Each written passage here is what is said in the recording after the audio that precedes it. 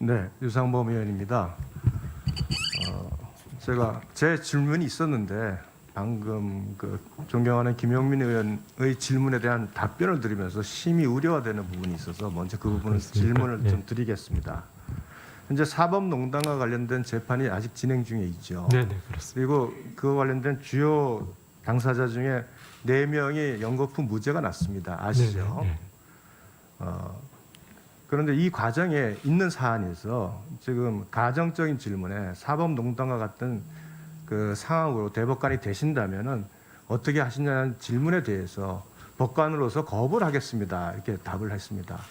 지금 사법농단의 내용이 구체적인 내용은 아시는가요? 이게 지금 사법농단이라고 추상적으로 표현이 됐지 그 안에서 벌어졌던 대법관들 또 이 재판을 받던 사람들이 그 어떤 혐의로 재판을 받고 있는 건 아시는가요?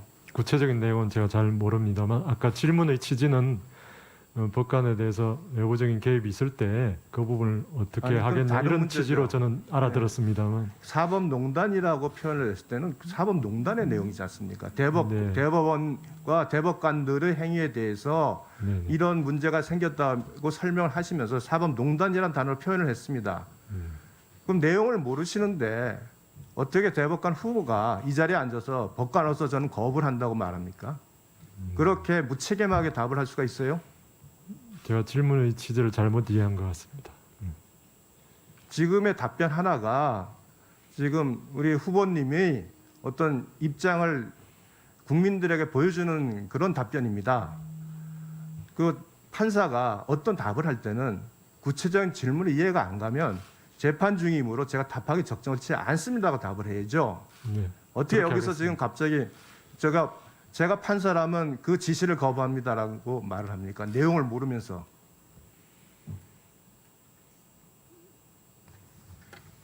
앞으로 답변에 주의를 해주시기 바랍니다. 네, 위원님의 지적을 받아드리겠습니다. 네, 동의합니다. 그 2000년부터 인사청문이 시작됐습니다. 인사청문회가 되면서 그때부터 문제됐던 게 위장 전입, 다운 계약서 문제가 됐습니다. 뭐 특별하게 재산상 목적을 취하지 않았다고 하시는 부분, 그 부분 뭐 제가 이등 동의를 한다라도 그 부부간에 이렇게 장기간의 위장 전입을 계속 하셨다는 것은 어떻게 보면은 지금 이 대법관으로 오신 아주 법원 최고위직의 그 후보로서 오기에는 사실 적절치 않은 측면이 있습니다. 그건 인정을 하시는가요? 제가 판단하기는 좀 어려운 것 같습니다. 후보님, 그 좀 껄끄러운 질문이 되겠습니다만, 그 2018년 전에 이제 그 22기 후보님이 기수가 2015년부터 고등부장으로 승진을 했죠. 네, 그 점으로 기억하고 예, 있습니다. 그래서 실제로 2015, 16, 17 이렇게 해서 아마 제가 알기로는 22기 그 부장님들의 고등부장 승진이 마무리된 걸로 알고 있습니다. 네.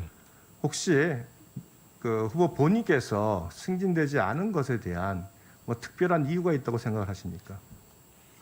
그 내용은 제가 잘 모르는 내용이고 인사를 담당한 분께서 어떤 생각을 하셨는지 저는 잘 그거는 알지 그 당시에는 그걸 그대로 받아들일 만한 상황이었습니까?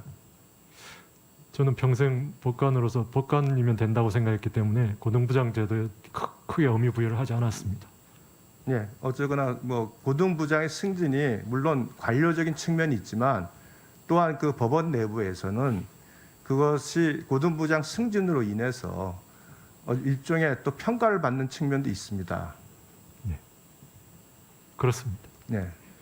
그러다가 사실 2018년 2월에 이제 김명수 대법원장이 오시면서 사실 예상외로 고등부장 승진이 되신 거죠. 예상외인지는 제가 판단할 수 있는 게 그러나 아닌 것 같습니다. 원래 승진 기수는 이미 지났지 않습니까? 보통은 3번 정도 승진을 하고 그 기수는 더 이상 승진 기수는 더 승진을 안 시키지 않습니까? 고등부장이 될 때 저 같은 기수에 다른 분이 더 있었습니다. 있긴 있었습니까? 네, 있었습니다. 저만 고등부장이 된 건 아닙니다. 그리고 승진한 지 1년이 돼서 2019년 10월에 사법행정자문회의 재판제도 분과 인정을 맡으셨습니다. 네, 예, 작년 그리고 승진한 지 2년도 안 됐는데 이제 대법관 후보가 되셨습니다. 고등부장 승진해서 대법관 후보가 되는데 보통 5, 6년 걸리죠. 그죠? 과거 대체로 그러시죠. 예, 과거 시스템은 그렇다고 생각합니다. 지금도 거의 그렇습니다. 이번에 되신 분들, 지금까지 대법관 되신 분들 대부분 그러시잖아요. 너무 빠르지 않습니까?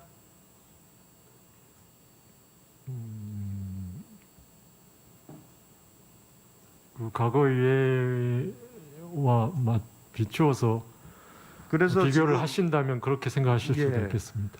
그래서 지금 많은 언론이나 시중에서 코드 인사, 보인 인사 이런 얘기를 합니다.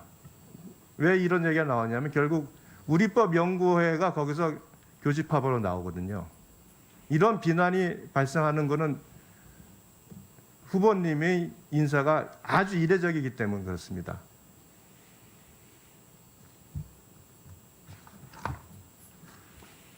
지난 그 대법관 후보 추천할 때 백이열 그 서울행정법원장 그리고 천대엽 서울고등부장판사 이렇게 3명의 후보가 올라왔죠. 네. 이제 후보님이랑 네네, 그렇습니다. 이 세 분 중에 참 죄송합니다. 두 분에 대해서는 어떻게 평가하십니까? 제가 한 분은 잘 모르고요. 네. 한 분은 제가 같이 근무한 적도 있는데 네. 제가 존경할 만큼 훌륭한 분입니다. 네, 1분 더 드리겠습니다.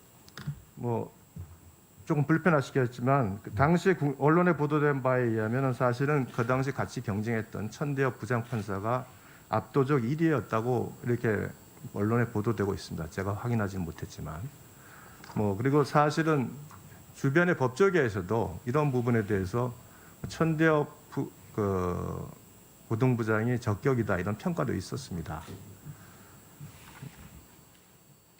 이 다른 두 후보에 비해서 우리 후보님이 좀 더 낫다고 말할 수 있는 점은 뭐가 있을까요?